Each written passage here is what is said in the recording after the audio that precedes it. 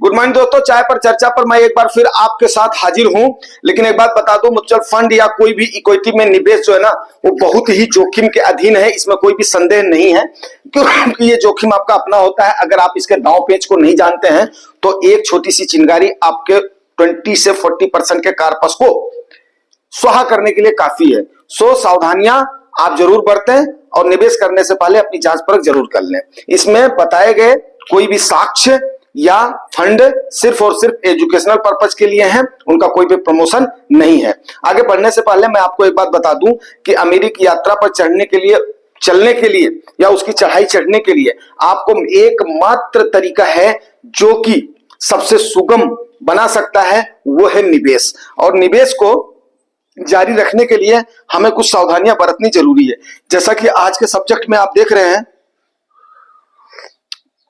2024-25 में हम क्या क्या अपनाएं, क्या क्या हम देखें, तो इस पर हम दो बिंदुओं पर खाली चर्चा करेंगे, ज्यादा नहीं। सबसे पहले आपको पता है इंडिया में इलेक्शन का माहौल है। पहली बात को सुनिएगा, इलेक्शन का माहौल है, नई सरकार का गठन होना है। नई सरकार के गठन में बीजेपी गवर्नमेंट के आने से या कांग्रेस की गवर्नमेंट के आने से क्या क्या फर्क पड़ेगा, ये बताया गया। सबसे पहले आज ले लेते हैं हम बीजेपी गवर्नमेंट के आने से, क्योंकि प्रोबेबिलिटी तो बीजेपी गवर्नमेंट की ही जैसा कि लोगों को लग रही है तो आएगी। आपको पता है कि बीजेपी गवर्नमेंट ने मॉरिशस रूट के लिए कमर कस रखा है, मॉरिशस रूट पर नकेल कसने के लिए। जो नए व्यूअर्स हैं उनको मैं बता दूं मॉरिशस रूट क्या होता है। मॉरिशस रूट वो रूट होता है कि जिसमें कि पहले जो है टैक्सेशन के काफी बेनिफिट्स मिल जाते थे और अपनी आइडेंटिटी को रिवील करना उनके लिए कंपलसरी नहीं होता था, जो कि FIIH या जिनको आज के टाइम पर FPI बोलते हैं, फॉरेन पोर्टफोलियो इन्वेस्टर बोलते हैं, ठीक है ना। इसका 3 नाम चेंज हुआ है अभी मेरे जानते जानते FDI फॉरेन डायरेक्ट इन्वेस्टमेंट, फिर उसके बाद में FIIH फॉरेन इंस्टीट्यूशनल इन्वेस्ट, अब उनको कहा जाता है फॉरेन पोर्टफोलियो इन्वेस्टर्स। तो मॉरिशस रूट में उनको क्या है, उनको अपनी आइडेंटिटी रिवील करनी पड़ेगी कि भाई ये किसका पैसा है, ये कौन सा पैसा है और ये कहां से आया है। तो एक तो आपको ये सबसे पहली चीज बात बता दूं कि आपको ये रिवील करने के लिए तो वो इसमें सरकार का ऐसा मानना है कि इसमें हवाला का पैसा या इस टाइप का पैसा जो गलत तरीके से हमारे यहां पर निवेश किया जाता है उस पर लगाम लगाई जा सकती है। तो और ऊपर से ये कहीं ये हमारा ही पैसा तो नहीं है जो कि किसी रास्ते से बाहर भेज करके उसके बाद में उसको ला करके व्हाइट किया जाता है। तो इससे काफी हल्ला मचा हुआ है, इससे FIIH में काफी ज्यादा क्या बोलते हैं अनसर्टेनिटी है, और जिसकी वजह से ये मान करके चलिए चाय पीते पीते थोड़ा भी आराम से बोल लेते हैं, ठीक है ना। तो जिसकी वजह से कंटिन्यूअस सेलिंग भी चल रही है और थोड़ा सा अनसर्टेनिटी का माहौल तो इंडिया के अंदर है ही नहीं है, कोई भी इसको मान ही नहीं सकता, गवर्नमेंट कोई भी आए। बट ये मॉरिशस रूट जो है ना, ये कहीं ना कहीं ये काज बन रहा है।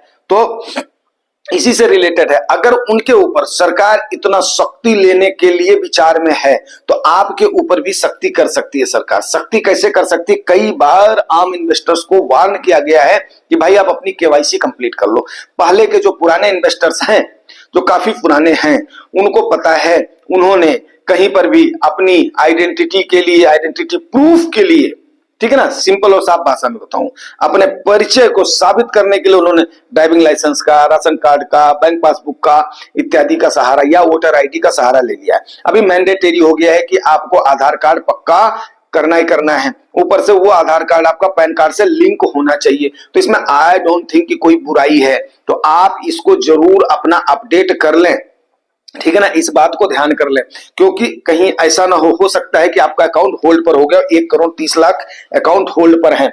तो हमें होल्डिंग के लिए नहीं करना है, हमें तुरंत क्या करना है, या तो ऑनलाइन आप अपलोड कर दो अगर आपको समझ में आता है, नहीं तो नियरेस्ट म्यूचुअल फंड हाउस में या अपने बैंक वगैरह में जाकर के अपना उसको अपडेट, बोलो भाई मेरा म्यूचुअल फंड का ये KYC अपडेट कर दो, और उसको अपडेट करवा लीजिए। जहां जिसमें भी आपका निवेश हो रहा है, कहीं पर भी निवेश हो रहा है, वो आपका आराम से अपडेट हो जाएगा और बेफिक्र होकर के आप अपनी निवेश की जर्नी को स्टार्ट करो। उसके बाद में जब इस प्रकार की उफो की स्थिति बन रही हो, अनसर्टेनिटी की स्थिति बन रही हो, वहां पर अपना कलेजा मजबूत करें और छोटा छोटा अमाउंट अपना निवेशित करते रहें, मतलब अकुमुलेट करते रहें, मतलब जो है संग्रहित करते रहें। बस यही मैं बोलना चाहूंगा। क्योंकि ये बोलने का मतलब, मेरा ये बार बार बोलने का मतलब यही है कि आप एक इन्वेस्टर हैं, आप एक निवेशक हैं, ना कि आप ट्रेडर हैं। ट्रेडर आप नहीं हैं। और ये मैं आपको बताऊं कि जब निफ्टी 8,000 पर थी नीचे कोविड के टाइम पर गिर करके, आपको पता ही है, ठीक है ना,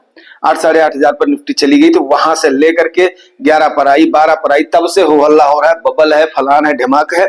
आज देखिए जैसे ही सिनेरियो सही होंगे आपका ये 23 का आंकड़ा पार करेगी। हाँ, हो सकता है थोड़ा सा डिप आए, बट डिप लेकिन इतना बड़ा है, आप मत सोचिए कि आपको आकर के ये फिर 8,000 पे मिल जाएगी या 18,000 पे मिल जाएगी। 18,000 पर भी जाना बहुत ही महाभारत है, बड़ी ही टेढ़ी खीर है।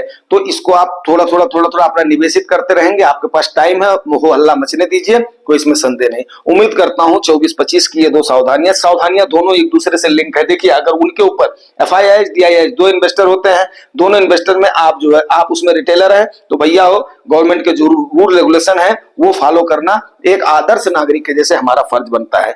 तो मैं अपने व्यूअर और सब्सक्राइबर के बात बताना चाहता हूं, इसमें कोई भी ऐसी चीज नहीं है जिसमें आपका सम्मान का, आपके मान का हनन हो रहा हो। देश की जहां पर सिक्योरिटी का सवाल है, जहां पर आपका पैसा कहां से आ रहा है, कैसे आ रहा है, आपका एक नंबर का पैसा साबित करो यार, क्या दिक्कत, हमारे पास कौन सा यहाँ वहां का पैसा है, ले भाई मेरा पैन कार्ड ले भाई मेरा आधार कार्ड ले, ये है मैं हूं, ये मेरी आइडेंटिटी है, बायोग्राफिक वो चाहिए, बायोमेट्रिक चाहिए, ये भी ले लो यार, इंडिया में तो कर रहे हैं, कोई बात नहीं, बाहर कर रहे हो तो हम नहीं देते, आपकी बायोमेट्रिक दे दो, कोई दिक्कत नहीं है, ठीक है ना। 2 फैक्टर ऑथेंटिकेशन है आजकल, सेफ एंड साउंड है, सिर्फ और सिर्फ अपना फोन किसी के हाथ में नहीं देना है, ठीक है ना, खुद अपना ऑपरेट करना है, बस यही सावधानी अपनेंगे तो मिलते हैं फिर अमेरिकी यात्रा पर, धीरे धीरे पग से पग मिलाते हुए चलते हैं। इसी के साथ मैं अपनी वाणी को विराम देता हूं। उम्मीद करता हूं जानकारी आपको अच्छी लगी है तो रिवार्ड मुझे जरूर किया करो यार, वही है लाइक से सब्सक्राइब, जो न्यू कमर है वो सब्सक्राइब किया करो, और बाकी जो पुराने व्यूवर्स हैं वो थोड़ा लाइक फाइक कर दिया करो यार, और थोड़ा एक आध कमेंट करके अपनी जानकारी वनकारी थोड़ा सा कर दिया करो, तो लगता है कि हाँ भाई श्रोतागण थोड़ा इंटरेस्ट ले रहे हैं। और बस इसके साथ ही मिलते हैं फिर नेक्स्ट वीडियो में।